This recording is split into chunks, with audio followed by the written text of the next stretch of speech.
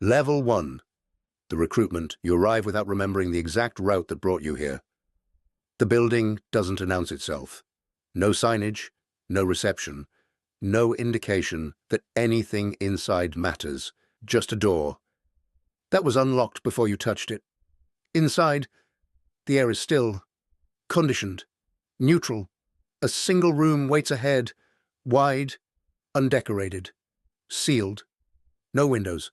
The walls absorb sound in a way that makes your footsteps feel misplaced, like they don't belong to you. At the center, a table, and across from it, someone already seated. They don't greet you. They don't look surprised. A folder rests in front of them, already open. You notice your name printed at the top before they say it out loud. Not a question, a confirmation. You sit because there's no indication you're allowed to do anything else. The silence stretches, but it doesn't feel empty. It feels observed. You begin noticing details. The camera in the upper corner, too small for most people to register. The second chair against the wall, unused, but positioned perfectly. The way the person across from you never breaks eye contact, yet never studies you directly. Precision, without effort. Other people enter the room at intervals. They sit at identical tables. No one speaks to each other. But everyone is watching, just not openly. You understand quickly. Observation here isn't obvious. It's constant. No one explains what this place is. No one needs to. The questions form anyway. Why you? Why now? What happens if you stand up and leave? You consider it briefly. But the door you entered through is no longer visible from where you sit. The person across from you closes the folder. Good, they say quietly. Not approval, completion. That's when you realize you were never invited here. You were filtered, and you don't get time to decide what that means. Level 2, the training grounds. You're relocated, without announcement. No instructions, no briefing. Just a corridor that leads somewhere deeper, where the air feels colder and more precise. The new environment is larger, but less defined. Concrete floors, marked zones, timers mounted on walls that never display the same numbers twice. You're assigned a number. Before you're given a place to stand, no one uses your name again. Commands arrive through speakers, flat, neutral, without urgency. You're told what to do, not why. Tasks repeat, with slight variations, movement patterns, reaction drills, observation exercises, where nothing appears to happen. At first, you try to understand the objective. Then you notice something more important. Every action is being logged. Cameras, track angles, timing, hesitation. Screens update silently. No one reacts to mistakes. No corrections, no punishments. Just records. Around you, others begin to change. Not physically, structurally. Some move faster, but less accurately. Some slow down, overthinking. A few stop asking silent questions altogether. They last longer. The instructors are always present, but never involved. They stand along the perimeter, hands still, eyes moving. You begin to notice a pattern. The more they watch someone, the closer that person is to being removed or advanced. There's no visible difference between the two. You adjust. Shorter movements, fewer wasted actions. You stop reacting to uncertainty and start predicting it. Silence becomes useful. You begin observing the system, the way it observes you, and gradually the attention shifts away. Not completely, but enough. Your number appears less frequently on the screens. No one acknowledges it. But you understand what it means. You are no longer being tested as an outsider. You're now part of the data set. And once you're inside, Leaving is no longer part of the design. Level 3. First assignments. You are given a destination, not an explanation, a time, a location, a single-line instruction that reads more like a suggestion than a command. No briefing follows. You're paired with someone who arrives exactly when you do. They don't introduce themselves. They don't acknowledge you beyond a brief glance that lasts just long enough to register your presence. Then they start moving. You follow, not because you're told to, but because the alternative isn't defined. The environment is unfamiliar, but structured. Entry points, exits, blind spots. You recognize patterns before you consciously label them. Your partner moves through it without hesitation, adjusting pace in ways that feel intentional but unspoken. There's no conversation, only signals. A slight pause at a corner, a shift in posture, a glance. That lasts half a second longer than necessary. You begin to understand this is communication. You respond once, subtly, matching timing instead of asking questions. Your partner doesn't react, but they don't correct you either. The task unfolds, but its purpose remains unclear. You complete actions that seem disconnected. Positioning, observing, waiting. No immediate outcome, no visible result. That's when it becomes obvious. This isn't about the objective. It's about you. Every decision you make, what you prioritize, what you ignore, how long you hesitate, is part of something being measured. Trust isn't spoken here. It's inferred. You make a choice at a moment that doesn't announce itself. A movement, clean, efficient, final, no hesitation. For the first time, your partner adjusts to you, not guiding, aligning. Something shifts. You're no longer keeping up. You're participating. And as the task ends, you notice something missing. Yeah, they stop watching you. Not completely, but enough. The absence is deliberate, recognized and understood. When no one is watching, it means they already know what you'll do. Level 4. The inner circle.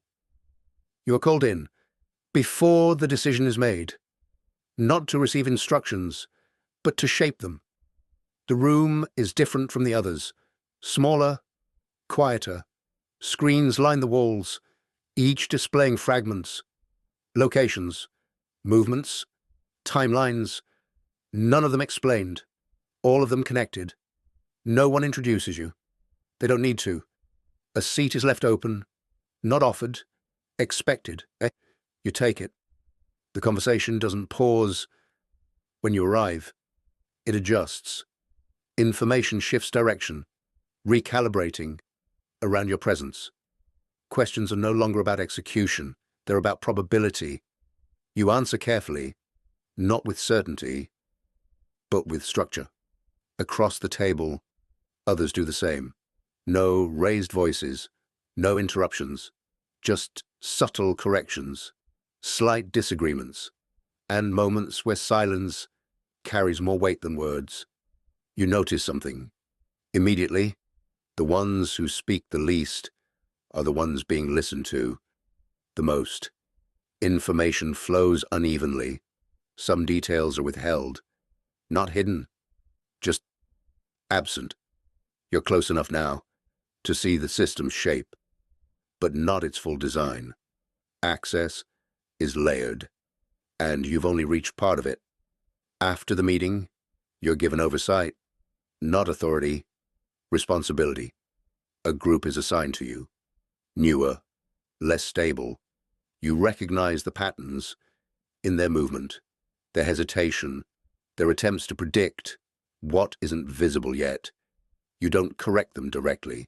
You adjust their environment, change timing, alter variables, remove options. They adapt or they don't. Either way, the system records the outcome. You begin to understand where influence actually lives, not in commands, but in control over what others are allowed to see. Decisions happen before they're noticed, and outcomes follow. But as your visibility increases, so does resistance. Not open conflict, structural friction, different interpretations of control, different methods of maintaining it. You're no longer moving within the hierarchy, you're reinforcing it. And maintaining a system means understanding how it breaks. Level 5, the invisible war. You stop receiving missions. Instead, you receive patterns. Fragments of information arrive without context. Timelines that don't align. Movements that seem unrelated. Decisions made by people who don't know they're being observed. You're expected to connect them.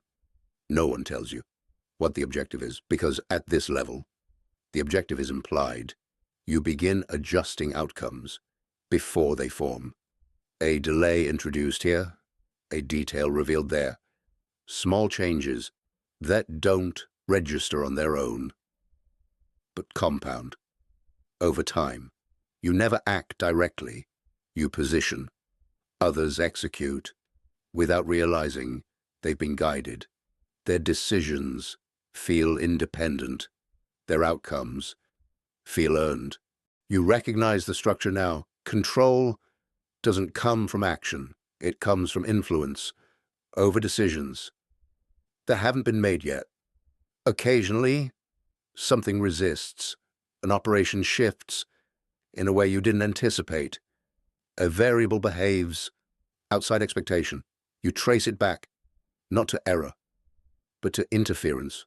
Someone else, not visible, not identified, but precise. You adjust again, this time accounting for opposition. You can't see.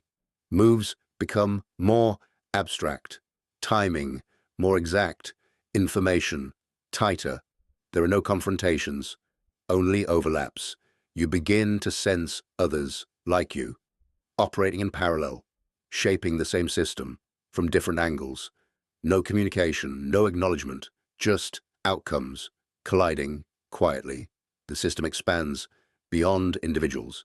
It becomes a network of influence, self-correcting, self-sustaining, and you fit into it perfectly, too perfectly. Your presence becomes predictable. Your methods, efficient. Your decisions, expected. The system no longer reacts to you. It incorporates you.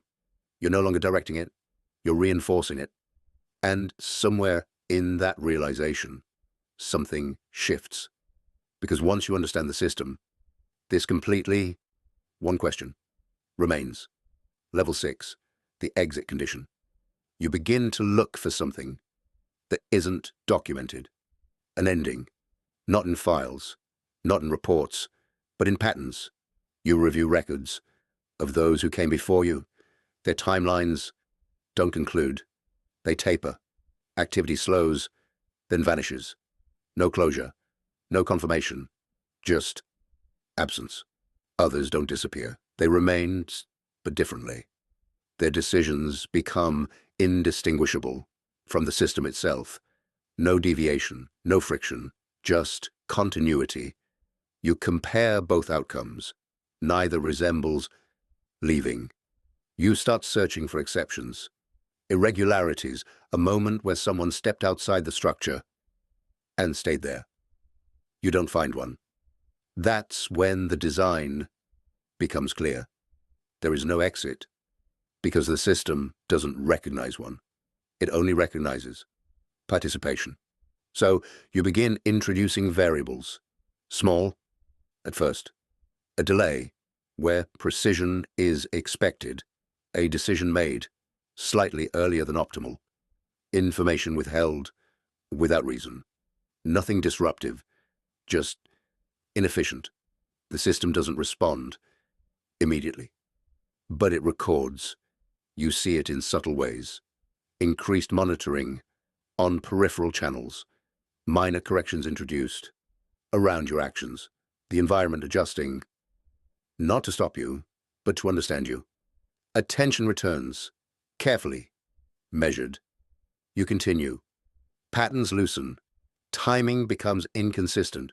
You stop optimizing outcomes and start interrupting them. Not enough to fail, just enough to be unclear.